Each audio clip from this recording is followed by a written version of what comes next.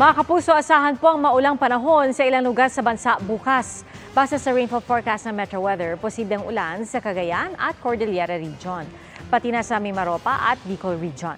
Sa Visayas, may tsansa ng ulan sa Eastern at Central Visayas, habang malawakang pag-ulan naman ang posibleng maranasan sa Mindanao.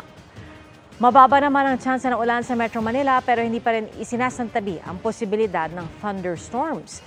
At kaninang alas 6:30 ng umaga, 20.2 degrees Celsius ang naitala sa Science Garden sa Quezon City. Sa ngayon ay pinakamababang temperatura sa NCR ngayong taon.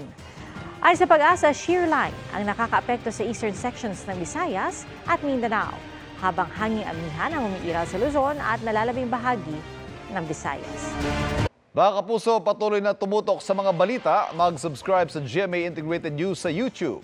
Sa mga kapuso abroad, samahan niyo kami sa GMA Pinoy TV at www.gmanews.tv.